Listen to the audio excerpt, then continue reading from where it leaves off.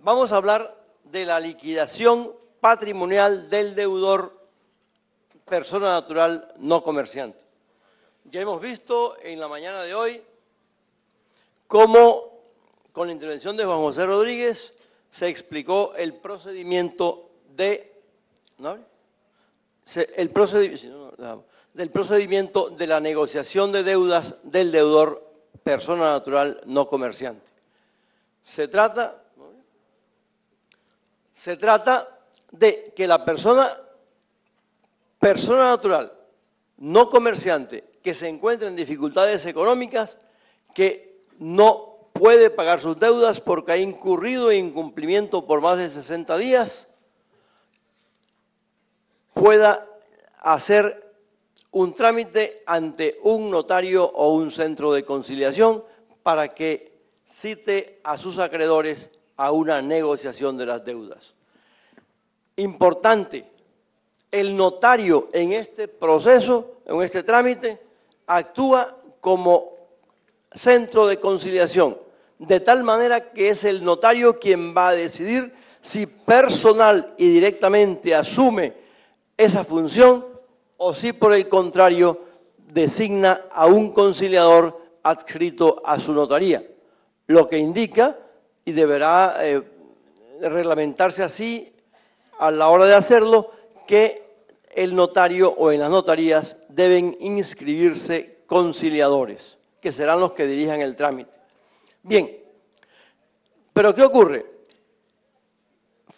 Iniciado ese trámite de negociación de deudas, el juez civil municipal del lugar, sin necesidad de reparto, dice la ley, conoce de las objeciones que se presenten a esa negociación.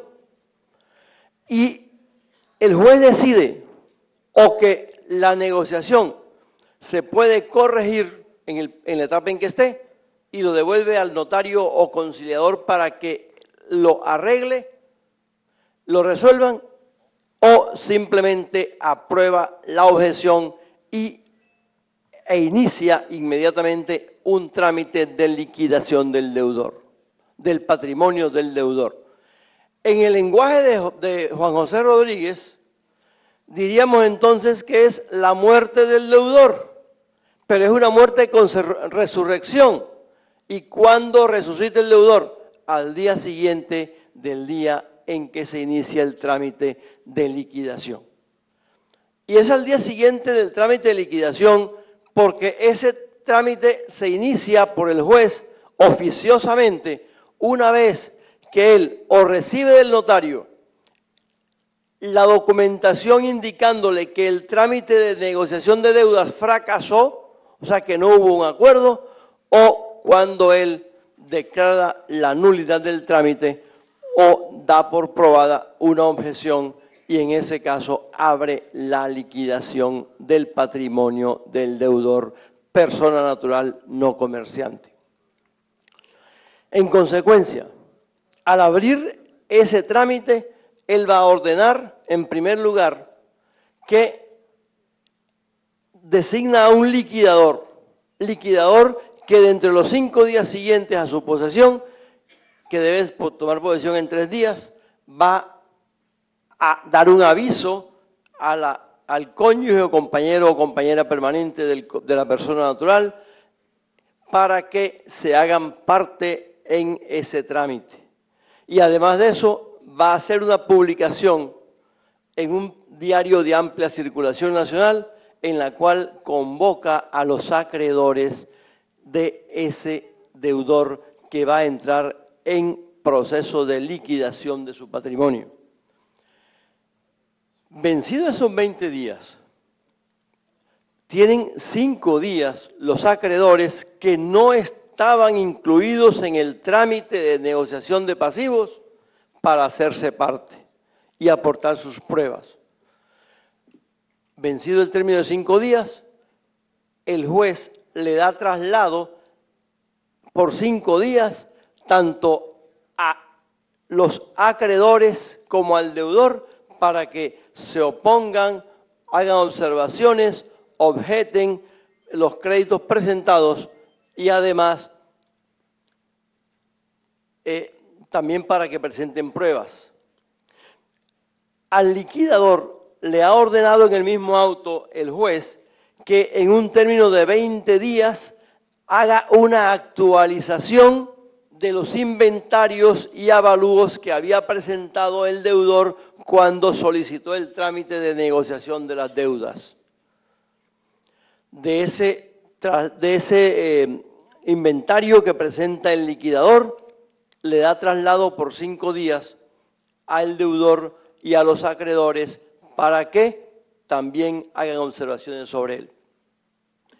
Y las observaciones las va a resolver en el auto en el cual convoca a la audiencia de liquidación.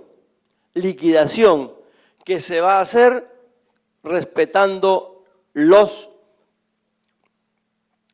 órdenes de prelación de los créditos y además en el orden de distribución que ofrece la ley, que es en primer lugar se adjudican los dineros, en segundo lugar los bienes inmuebles, en tercer lugar los muebles tangibles y en último lugar los muebles intangibles, o sea, los derechos. Se van a adjudicar a los acreedores, porque esta liquidación tiene una particularidad. Toda liquidación es la realización del patrimonio del deudor para que con el producto de esa realización se pague a los acreedores. En el caso de la liquidación no. En la liquidación se distribuyen los bienes del deudor entre los acreedores, se adjudican y en caso de que exista un sobrante, luego de adjudicados los bienes, se va a pagar entonces, se van a devolver al deudor. Pero tiene esta figura de la liquidación una particularidad. Decía, es la muerte del patrimonio de ese deudor, pero a la vez es la resurrección, no a los 3 días, sino en el mismo día. Resulta que en la liquidación entran las obligaciones que había adquirido el deudor hasta el día antes de aquel en el cual se dicta el auto mediante el cual se ordena la liquidación. Y los bienes con los cuales se va a pagar esas obligaciones son aquellos que él tenía hasta ese día anterior al de la fecha del auto que ordena la liquidación. De manera que los bienes que en el futuro adquiera la persona y las obligaciones que en el futuro adquiera no se van a pagar con el producto de esos bienes, ni los bienes así adquiridos van a entrar en el pago de las obligaciones anteriores. Eso también, como consecuencia de la liquidación, tenemos que las obligaciones que resultaron insolutas porque no alcanzaron los bienes del deudor para su pago, se convierten en obligaciones naturales, o sea, que no pueden ser cobradas ejecutivamente. Esas obligaciones, entonces, quedan allí sin pago y se produce lo que llama la doctrina el descargue, o sea, que se presenta lo que nosotros llamamos en lenguaje coloquial un borrón y una cuenta nueva. No debe más. Por eso hablamos de resurrección. Resurge como una persona que puede comenzar a operar económicamente sin deudas. A partir del día del auto que aprueba la liquidación, comienzan a correr los términos que señala la ley para que la persona sea borrada de las listas de las bases de datos que llevan las entidades financieras como CIFIN y las otras. O sea, que la persona, transcurrido el término de 4 años, va a desaparecer de esas bases de datos. Es como si no debiera, como si el día en que se produjo su liquidación hubiese pagado. Pero hay una cosa importante.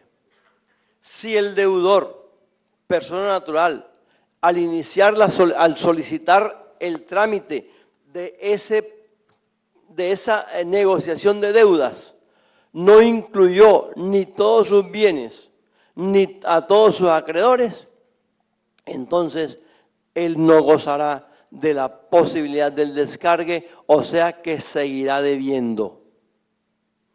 Pero además de eso, si al resolver las objeciones o declarar la nulidad del acuerdo, el juez declara aprobada una impugnación porque no se incluyó a algún deudor, también pierde el beneficio del descargue.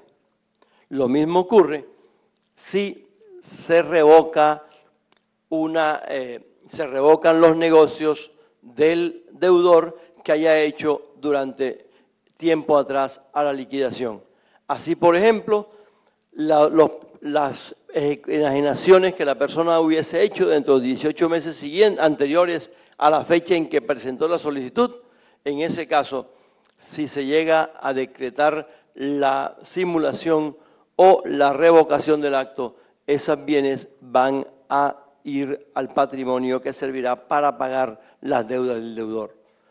Las donaciones, todos los actos a título gratuito, las liquidaciones de sociedad conyugal de común acuerdo realizados dentro de los 24 meses anteriores también pueden ser revocadas. Pero importantísimo, el término de caducidad para iniciar la acción es mientras se tramita el proceso liquidatorio. De manera que una vez terminada la liquidación, ya no se puede pedir la revocación de esos actos. Así, abuelo de pájaro, planeamos sobre este tema y muchas gracias.